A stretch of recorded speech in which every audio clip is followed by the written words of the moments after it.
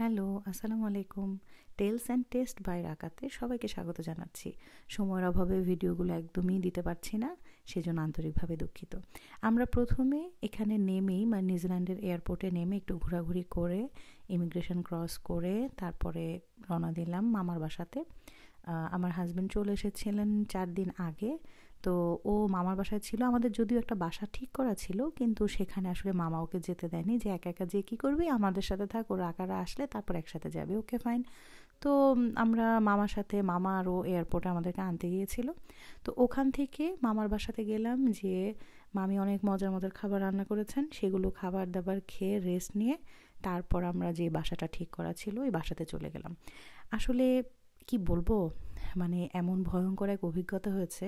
আমরা যারা মুসলিম আছি আমরা তো অবশ্যই জানি মানুষের সাথে সাথে জিন জাতি আছে, এটা অস্বীকার করার কোনো উপায় নেই। তো জিনের ব্যাপারটা আসলে অনেকেই হয়তো হাসাহাসি করতে পারে বা ভাবতে পারে যেটা একটা ভুল ধারণা। আমরা এই বাসাটাতেই ছিলাম। তো আমরা আসলে এই বাসাটাতে 2 দিন ছিলাম, এরপরে আমরা আরও বাসাতে থাকতে পারিনি।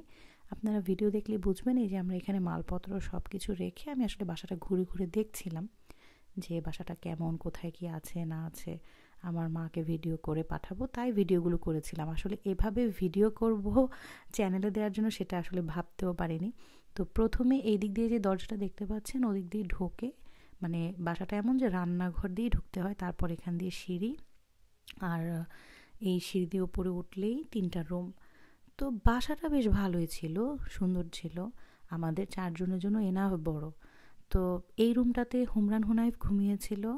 তারপর পাশের যে রুমটা, ওই রুমটা খালি ছিল। আর এখান দিয়ে তো সিঁড়ি, এই বাম পাশের মিডলে যে রুমটা, এই রুমটা খালি ছিল, এই রুমটাতে কেউ ছিল না। আর আমরা দুজন ছিলাম হচ্ছে ওই পাশের একটা রুম আছে, এটা তো ক্লোজেট বাম দিকে, এই পাশে একটা ওয়াশরুম। আর হচ্ছে আমাদের রুমটা, আমরা যে রুমে ছিলাম এটা রাস্তার সাইডের একটা রুম। তো এই রুমটাতে ছিলাম, কারণ গাড়ি রাখাতে এই পাশে কেউ এসে ডাক দিলেও শোনা যাচ্ছে, যেহেতু আমরা প্রথম এসেছি, কোনো ফার্নিচার কিছুই নাই। আর নিচে যেহেতু মোটা কার্পেট দেওয়া, আমরা রাতে কার্পেট বিছিয়ে তার উপরে একটু ভারী কম্বল দিয়ে তারপর শুয়েছি। বাহিরে গাছ টাছ আছে, বেশ ভালোই লাগছিল সব মিলিয়ে ঝিলে। কিন্তু প্রবলেম হচ্ছিল যে প্রথম দিনই যাওয়ার পর আমি আর হুনাইফ, আমার ছোট ছেলে, আমার হাজব্যান্ড কাজে মামাসহ বের হয়ে গিয়েছিল, আর হুমরান ঘুমিয়েছিল, আমার বড় ছেলে ঘুমিয়েছিল। তো আমি আর হুনাইফ প্রায়ই আওয়াজ শুনতে পাচ্ছিলাম যে কেউ হাঁটছে। আমরা যখন নিচে ছিলাম তখন ওপরে এখানে একটা ক্লোজেট, আর বলে কথা বলতে বলতে বাসাটা দেখতে থাকেন। তো যাই হোক, আমরা যখন নিচে থাকি ওপরে শব্দ হয়, ওপরে যখন থাকি নিচে শব্দ হয়, এমন একটা শব্দ, কাঠের বাড়ি তো, তো একটু ধূপ ধূপ ধূপ ধূপ শব্দ হয়, বা একদম কেউ হাঁটছে, আপনি ইজিলি বুঝতে পারবেন। তো যেদিন ঘটনা ঘটে, তো সেই দিন এই এইটাই হচ্ছে মেইন এন্ট্রেন্স আর কি। বাসার বাহির থেকে ঢুকলেই একদম রান্নাঘরের মাঝখান দিয়েই বাসাটাতে ঢুকে। এই জিনিসটা আমার কাছে ভালো লাগছিল না। আমি ওকে বলেছিলাম যে এটা কেমন বাসা, মানুষ বুঝি রান্নাঘরের মাঝখান দিয়ে ঢুকে, একটা মেহমান আসলে কেমন একটা অবস্থা। তো আসলে পরে শুনলাম যে এরকম অনেক বাসাই আছে এরকম, কিন্তু অন্য সব কিছু মিলে আমাদের বাসাটা বেশ ভালো ছিল। তো এই ভয়াবহতার কারণে আমরা আসলে আর ওখানে থাকতে পারিনি। যে ঘটনা ঘটেছে রাতে, আমার হাজব্যান্ড ঘুমিয়েছিল, আর আমি কয়েকবারই ওকে বলেছিলাম যে আমরা এরকম শব্দ শুনতে পাই, আমার কাছে মনে হয় যে পাশ দিয়ে কেউ যায়, একটা বাতাস লাগে, বোঝা যায় যে পেছনে কেউ যাচ্ছে। তো ও আমাকে পাত্তা দেয়নি, বলে যে এটা তোমার হ্যালুসিনেশন। ওকে, রাতের বেলা আমি ভাত রান্না করার জন্য নামলাম, এশার নামাজ পড়বো, সব মিলিয়ে ঝিলিয়ে তখন বাজে রাত 1:30। তো আমি ভাবলাম যে এখন যদি একটু ঘুমিয়ে 4:30টায় উঠি, তাহলে তো রান্না করতে করতে দেরি হয়ে যাবে, বা ঘুমিয়েও যেতে পারি, যেহেতু আমি মাত্র গিয়েছি, টায়ার্ড, সেই দিন রাতের বেলারই কথা। তো আমি পরের দিন রাতের কথা। তো এই সব ব্যাগগুলো আমার সেদিন খুলতে হয়েছিল রাতে, ভাতের পাতিল বের করছি। হুমরান হুনাইফ দুজন খুব টায়ার্ড ছিল, বারবার শুয়ে পড়ছিল। তো হুমরান ঘুমিয়ে গেছে, তখনই কিন্তু আমি আর হুনাইফ অনেকবার টের পেয়েছি। এখানে একটা গ্যারেজ ছিল আমাদের পাশেই, ওইখানে দেখা যাচ্ছে। তো এই ব্যাকইয়ার্ডটাও আমার বেশ পছন্দ ছিল। তো ভালো, হুমরান যখন এইভাবেই হুমরান ঘুমিয়েছিল একদম সন্ধ্যা পর্যন্ত। আমি আর হুনাইফ যতবারই ওর বাবাকে বলি যে আমরা শব্দ শুনতে পাই, কেমন কেমন লাগে, ও শুধু বলে যে এটা তোমাদের ভুল ধারণা। আমি ঘুমিয়েছিলাম দুপুরবেলা, তখনও কিছুটা ফিল করি যে কেউ এসে আমাকে খুব চেপে ধরে রাখছে। তারপর রাতের বেলা তো মানে ভয়াবহ ঘটনা ঘটে। আমরা এই যে বিকালবেলা ঘুরতে গিয়েছিলাম, একটু কেনাকাটা, গ্রোসারি আইটেম যা আছে আর কি, ওগুলো গ্রোসারিগুলো কিনতে গেছিলাম। তো রাতের বেলা আসার পর যখন এই রাতের বেলা ভাত রান্না করতে নামলাম, এশা নামাজ পড়ে আমি আর আমার ছোটো ছেলে বসে বসে গল্প করছি। এর মধ্যেই আমার হাজব্যান্ড উপর থেকে খুব প্রচণ্ড ভয় পেয়ে নিচে নেমে আসছে। ও আমাকে চিনতে পারতেছিল না, হুনাইফকেও চিনতে পারতেছিল না, কলেমা পড়তে পড়তে নেমে আসছে। তারপরে আমরা খুব জোরে জোরে শব্দ শুনেছিলাম, দুইটা ধূপ ধূপ করে শব্দ শুনছিলাম।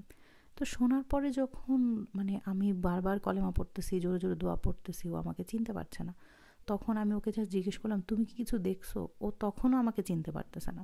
আমাকে খালি যখন বলল যে হ্যাঁ চিনতে পেরেছি, এই যে আমাদের রিলেটিভরা খাবার দাবার দিয়ে গেছিলো, বেসিক জিনিসগুলো, সাথে মুরগি। তো যাই হোক, এইগুলো রান্না টান্না করেই মেনলি আমি করলাম, মানে অপেক্ষা করছিলাম আর আমার এক ফ্রেন্ডের সাথে কথা বলতেছিলাম। তো এগুলো দেখেন সব কিছু মানে এলোমেলো অবস্থা, এগুলো সব বের করেছিলাম পাতিল খোঁজার জন্য।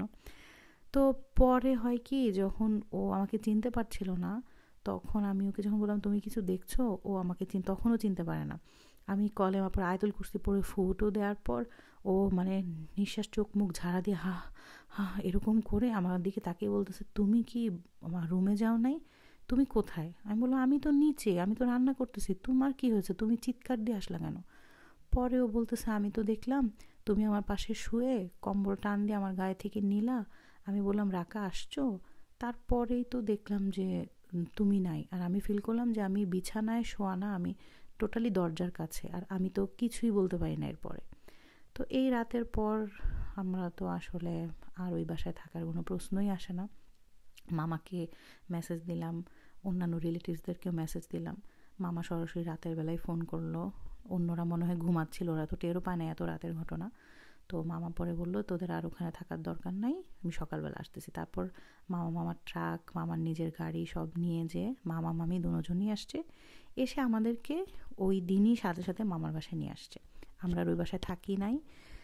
তো তারপর আর কি, একটা আসলে মানে কেউ বিশ্বাস করবে না, আসলে যার সাথে হয় সে বিশ্বাস করবে। আমি দেখেন মানে বিয়ের পর থেকে আমি অনেক একা বাসায় ছিলাম, আমার বাচ্চা কাচ্চা সব হচ্ছে, একা বাসায় ছিলাম, কোনো রকমের আল্লাহ মাফ করুক কখনো কোনো সমস্যা হয় নাই। কিন্তু দেশের বাহিরে এসে আননোন জায়গায়, আশেপাশের আত্মীয় স্বজন কেউ নাই, যারা আছে তারা অনেক দূরে, এরকম একটা ধাক্কা খাবো এটা আসলে চিন্তাও করি নাই।